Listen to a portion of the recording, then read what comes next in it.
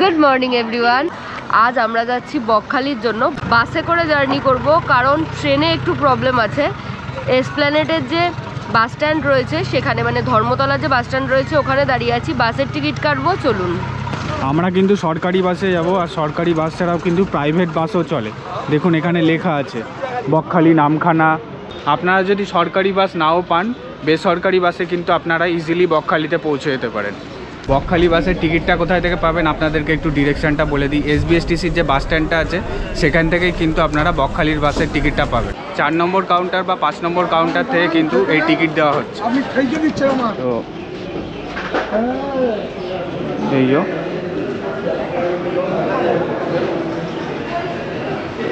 এই যে এখানে দেখুন পরপর কাউন্টার আছে, 3 নম্বর, 4 নম্বর, 5 নম্বর, 6 নম্বর।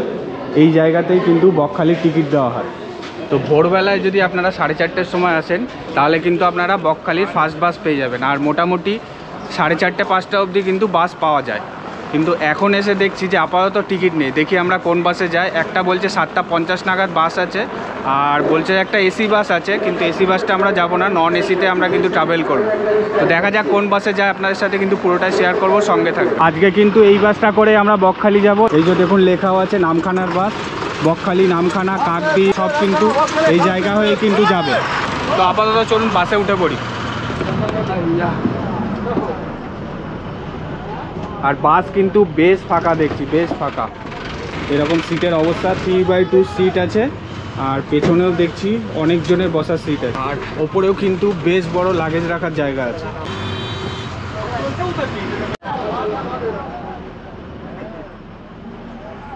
ধর্মতলা থেকে বকখালির ভাড়া কিন্তু মাত্র 135 টাকা। দুটো সিটের মিডিলের যে স্পেসটা সেটা কিন্তু অনেকটাই। দেখুন তার সিটগুলো কিন্তু বেশ কমফোর্টেবল। এখন 6:45 বাজে। 6:45-র সময় আমাদের বাসটা ছাড়লো। দেখি কখন পৌঁছাই। ওরা বললো 10:30 11টায় পৌঁছে যাব। আর বাসের ভাড়া বলছে 135 করে। এখন দেখি, আমরা তো বারবার জিজ্ঞাসা করে উঠলাম যে এটা বকখালি পর্যন্তই যাবে নাকি, কারণ অনেক বাস কিন্তু নামখানা পর্যন্ত যায়। তো বললো বকখালি পর্যন্ত। দেখি। তো সিট তো ভীষণ কমফর্টেবল। আর যে উইন্ডোটা রয়েছে, উইন্ডোটাও কিন্তু বেশ বড় এবং বেশ ভালো। কমফর্টেবল সিটটা কিন্তু বেশ কমফোর্টেবল। গভর্নমেন্টের বাসের যে সিটগুলো একটু দেখবেন আনকমফোর্টেবল হয়, সেই জিনিসটা কিন্তু এই বাসে নেই। একদম প্যাডিংটাও বেশ ভালো সিটের। হ্যাঁ, আর যদিও ভাড়াটাও একটু বেশি। গভর্নমেন্ট বাসের ভাড়া কত বললো? 105। আচ্ছা, গভর্নমেন্ট বাসের ভাড়া কিন্তু 105 টাকা করে, আর এখানে 135। তো 30 টাকার হেরফেরে কিন্তু ভালো কমফোর্টেবলি আপনারা বকখালি পৌঁছে যেতে পারবেন। একদম। বাসের সমস্ত ফেসিলিটিগুলো ভালো লাগলেও আমি যেহেতু একটু লম্বা, আমার পাটা সামনের দিকে আটকেই যাচ্ছিল। লেগ স্পেসটা একটু কম ছিল বাসের, আমার তা মনে হয়েছে।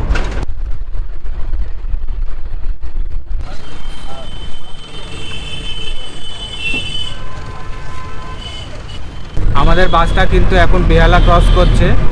ধর্মতলা থেকে বকখালির ডিস্টেন্স কিন্তু প্রায় 122 কিলোমিটার মতো।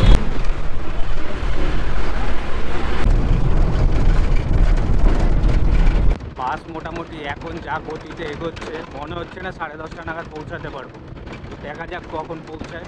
এখন যদিও কনজাস্টেড রাস্তার মধ্যে দিয়ে যাচ্ছে। এই মন্দিরটি দেখতে পাচ্ছেন, এই মন্দিরটির নাম হলো শ্রী স্বামীনারায়ণ মন্দির। এই মন্দিরটি কিন্তু দারুণ সুন্দর।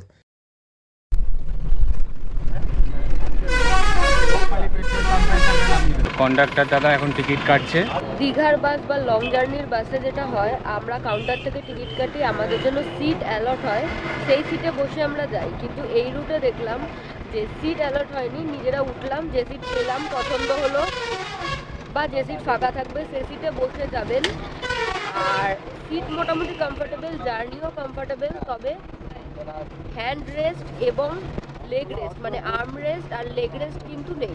এই যে হচ্ছে বাসের টিকিট, এরকম 270 টাকা লিখে দিয়েছে দেখুন। এরকম লং জার্নির বাসে যেটা হয়, দীঘাতে আমরা দেখি যে কিছু দূর যাওয়ার পর একটা জায়গায় হল্ট দেয়, কিন্তু এখানে সেরকম দেবে কিনা এখনো পর্যন্ত বুঝতে পারছি না।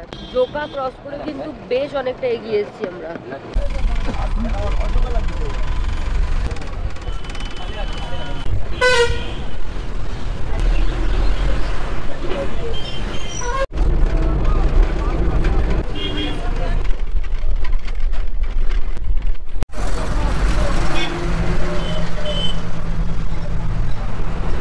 पानी का बोतल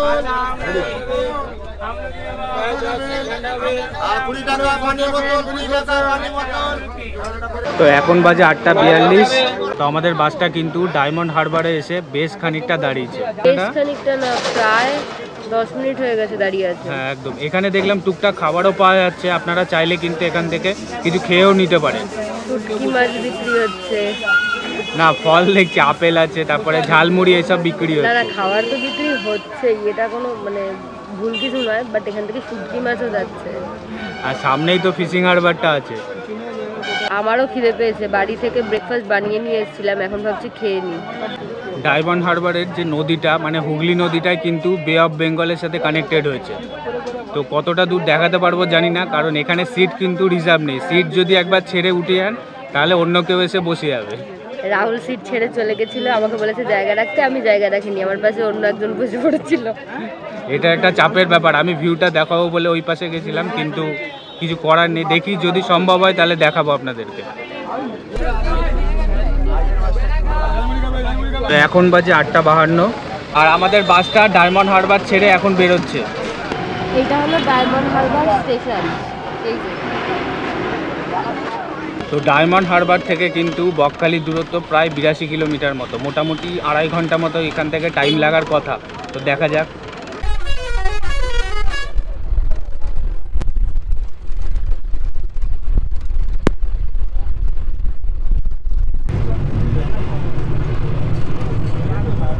দুজনের জন্য নিয়ে এসেছি উপমা। যতক্ষণ পর্যন্ত বাড়ির খাবার খাওয়া যায় ততক্ষণ পর্যন্ত বাড়ির খাবার খাওয়াই বেস্ট। তো বাড়ি থেকে বানিয়ে নিয়ে এসেছি, ভালোই হয়েছে বেশ। উপমা বা ঝাল সুজি যেটাই বলেন সেটা।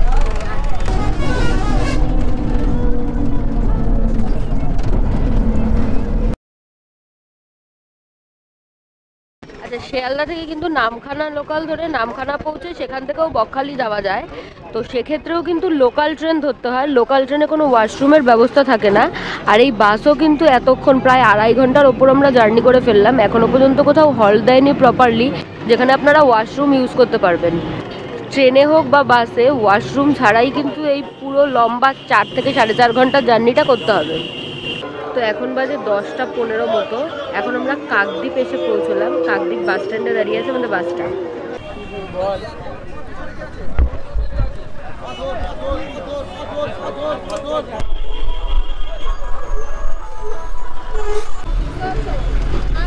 পৌনে 11টা বাজে, এখন ঢুকলো হচ্ছে নামখানা।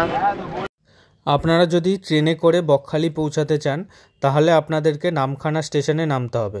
সেখান থেকে আপনাদেরকে একটি টোটো বা অটো করে বকখালি পৌঁছাতে হবে। কিন্তু বাসে করে যদি আপনারা বকখালি যেতে চান তাহলে ডিরেক্ট আপনাদেরকে বাস বকখালি পৌঁছে দেবে।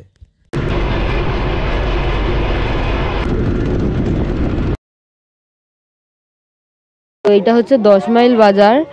এখান থেকে নেমে কিন্তু আপনারা মৌসুনী আইল্যান্ড যেতে পারবেন। 10 মাইল বাজার থেকে আমাদের বাসটা ছেড়ে গেল।